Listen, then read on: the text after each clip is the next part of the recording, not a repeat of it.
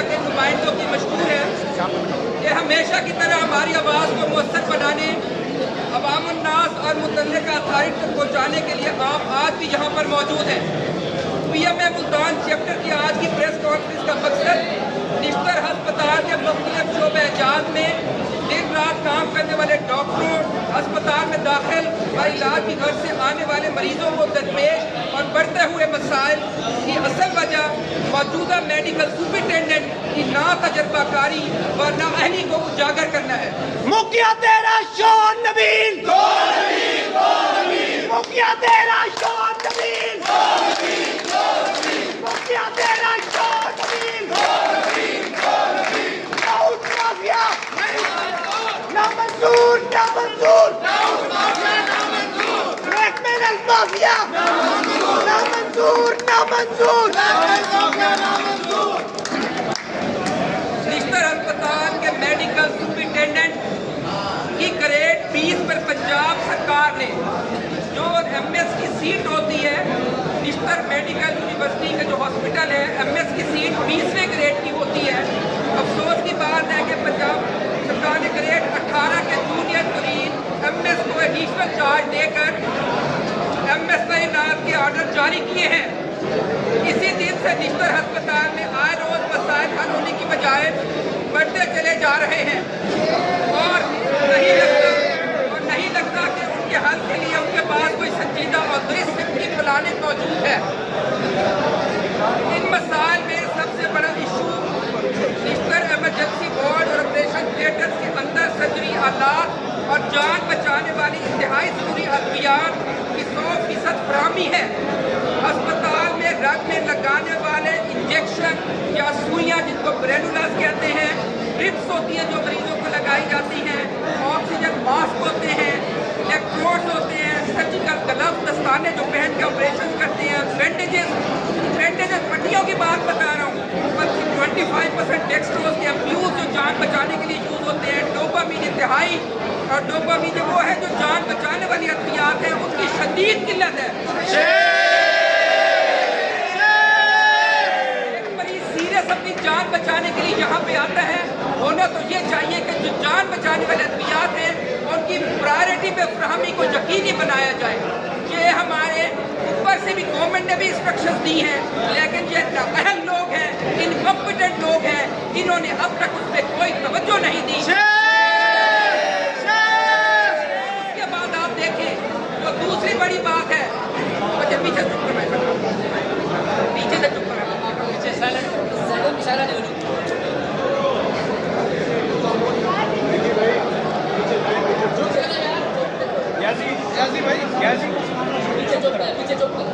और दूसरी बड़ी अहम वजह जो मैं बताना चाहता हूँ आपको मैं, वो ये है कि निश्तर में आप ओपीडी में जाकर दिखाएं। आप हमारे भाई हैं, साहब भी, आप जाकर दिखाएं, ओपीडी की कंडीशन को देख के बताएं।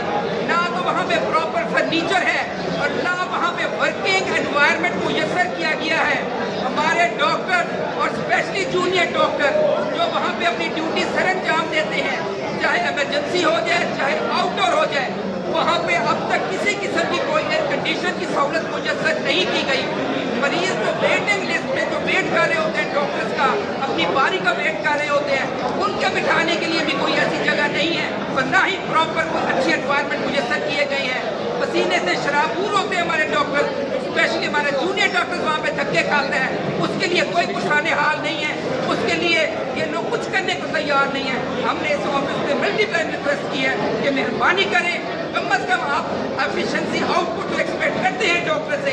हमारे जूनियर डॉक्टर पे आपका जोर तो बहुत ज़्यादा चलता है, लेकिन आप उनको क्या दे रहे हैं? मेडिसिन आप नहीं देते, मार खाता हमारे जूनियर डॉक्टर्स हैं। जूनियर डॉक्टर्स के लिए आपने किया क्या है सारा? ये वो डॉक्टर्स हैं जो वार्ड्स में खड़े होते हैं, जब पेशेंट के पास मेडिसिन नहीं होती, जब उसको पर्ची लिख के दी जाती है तो उसकी अटेंडेंस से जब पेशेंट पहले क्रिटिकल शेप में होता है तो सबसे पहले हमला हमारे बच्चों पे होता है। हाउस ऑफिसर्स हैं और पीजीआर्स हैं, वो इन पे हमलावर होते हैं, इनको मार पड़ती है, इनको मार खानी पड़ती है। वर्किंग एनवायरनमेंट अच्छा नहीं है, सफाई अच्छी नहीं है, तो सबका कौन फ्रंट फेस करता है? यही हमारा जूनियर डॉक्टर फेस करता है, यही हमारे एचओ फेस करते हैं, यही हमारे डॉक्टर फेस करते हैं। FIR इन पे लॉन्च होती है, आप कभी खड़े हुए उनके साथ आके हमारे ये खाते हैं, आप उनके साथ खड़े हुए हैं, आपने उनकी बात कभी सुनी है? आप अपने दफ्तरों में बैठने के अलावा क्या काम है बताएं मुझे? आप उन लोगों को वेटेज देते हैं जिनका कोई निश्चित से लेना देना नहीं है आपको। चाहते हैं कि अगर आप निश्चित बेहतर चले तो आपको तमाम फैसिलिटीज हमारे डॉक्टरों को प्रोवाइड करनी पड़ेगी। हम अपनी फैसिलिटीज की बात नहीं कर रहे हैं, हम अपने जूनियर डॉक्टर की बात कर रहे हैं, हम अपने बच्चों की बात कर रहे हैं, हम अपने एचओस की बात कर रहे हैं, हम अपने पीजीएस की बात कर रहे हैं। आपको निकलना पड़ेगा इन ऑफिस से बाहर निकले। ये शो के लिए आपने जो बाहर अपनी तस्वीरें बनाते हैं इनका भी हमें पता है सारा। प्रोवाइड करें दवाइयाँ, अगर प्रोवाइड करें।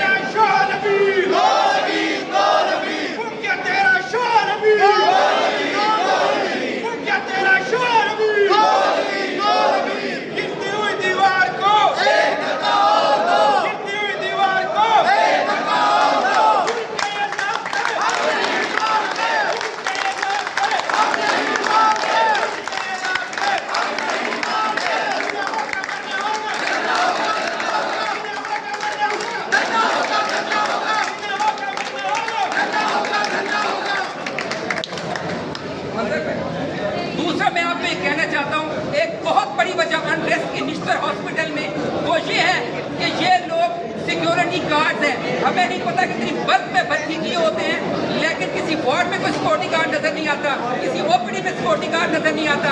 इमरजेंसी में जहाँ पे सिक पेशेंट्स आते हैं, जहाँ पे फाइट के मरीज आ रहे होते हैं, जहाँ पे वायलेंस का मैक्सिमम खतरा होता है, वहाँ पे सिक्योरिटी गार्ड नजर नहीं आ रहे होते। आ रहे होते हैं तो इनके दफ्तरों के बाहर नजर आ रहे होते हैं, तो इनके बंगलों के बाहर नजर आ रहे होते हैं। क्या मतलब है? फिर हमारे वही डॉक्टर मारपीट खाने के लिए तैयार हैं। इस किस्म के कल्चर को हम टॉलरेट नहीं करेंगे, हम बर्दाश्त नहीं करेंगे। आपको मैदान में आना पड़ेगा, आपको इन दफ्तरों से बाहर निकलना पड़ेगा, आपको इनके प्रॉब्लम सुनने पड़ेंगे।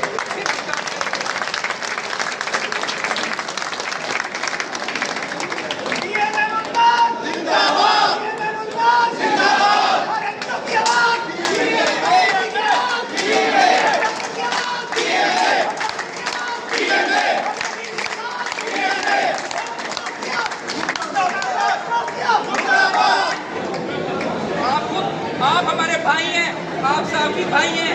आप इस तरह हॉस्पिटल को घूम के देखें, सफाई की हालत आपको नजर आएगी। अगर जितनी अब तक सफाई की सूरत हाल अब नजर आ रही है, कभी भी रिश्ते में नजर नहीं आई। गंदगी के जगह जगह ढेर लगे हुए हैं।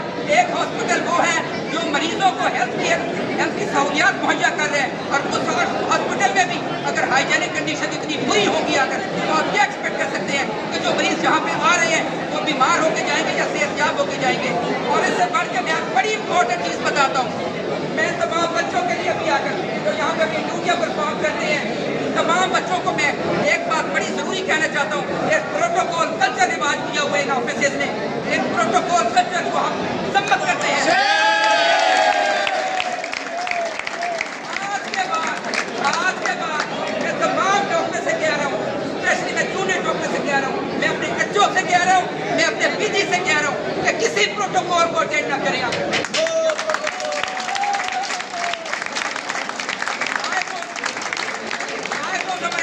चढ़ाई किए रखते हैं, आज रोज हमारे डॉक्टर को थ्रेट करते हैं।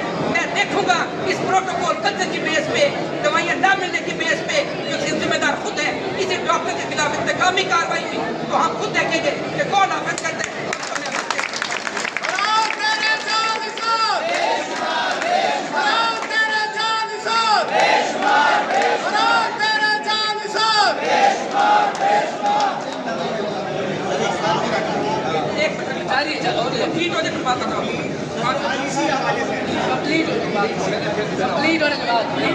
कंप्लीट होने के बाद आपसे कर रहा हूँ जी सर।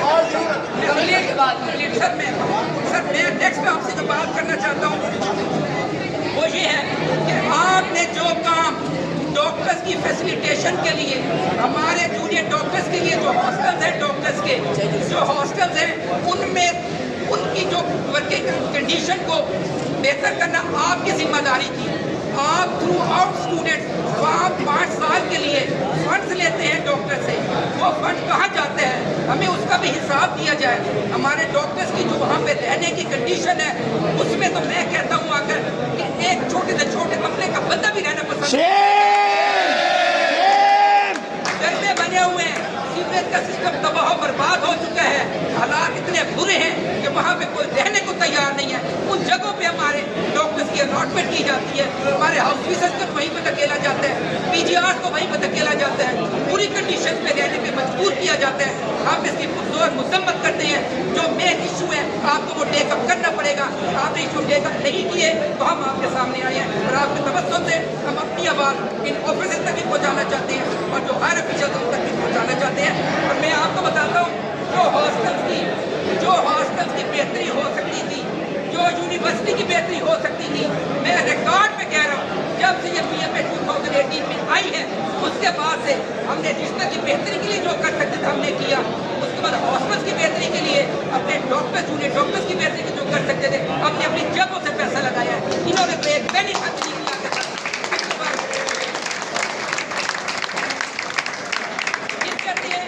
फिर कहते हैं कि हम कस्टोडियन हैं, हम इनके रखवाले हैं। ऐसे रखवाले होते हैं, ऐसे कस्टोडियन होते हैं कि उनको बेचारों बेहाल छोड़ दें, उनको कोई नुकाफर करने वाला ना हो। गुंडागर्दी की सरकार नहीं चलेगी, नहीं चलेगी। गुंडागर्दी की सरकार नहीं चलेगी, नहीं चलेगी। वो क्या तेरा शोर भी वो क्या तेरा शोर भी।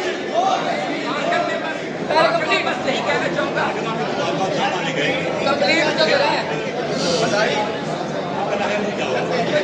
बस चले आखिर में हम सवाल जवाब कर ले। बस मेरा ख्याल है आप सबका भाइयों को बहुत बहुत शुक्रिया।